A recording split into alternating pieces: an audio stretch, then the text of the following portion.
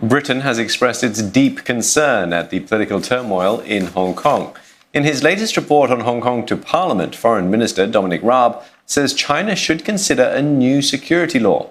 Ollie Barrett joins us now from London for more on this story. Ollie, what's the government hoping to achieve with this report?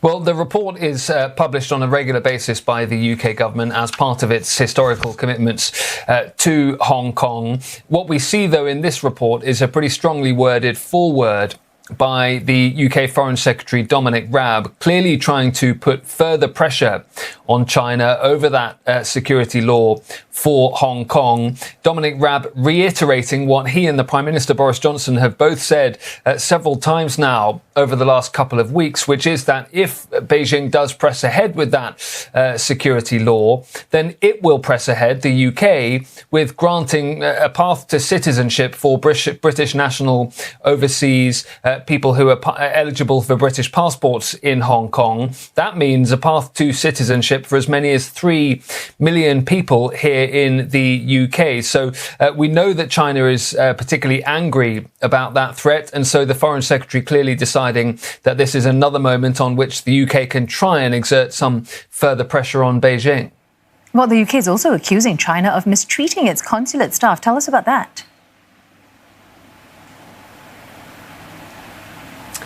Yes, that is Simon Chung, who was accusing China of torturing him back in November. At the time, Dominic Raab, the UK Foreign Secretary, summoned the Chinese ambassador over the case. The UK at the time described the claims by Simon Chung as credible. Well, also in the foreword to this latest report on Hong Kong by the UK, we now have this explosive claim by Britain that it does believe that Mr. Chung was indeed tortured by Chinese authorities while in their detention late last year. The UK shocked and appalled by the mistreatment suffered, according to Dominic Raab in this latest statement.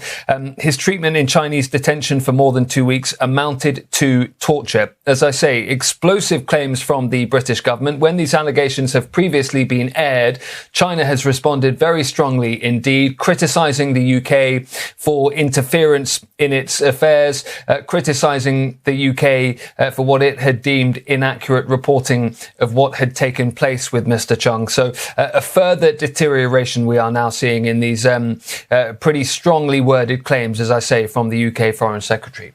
Oh, thanks for that. Ollie Barrett speaking to us from London.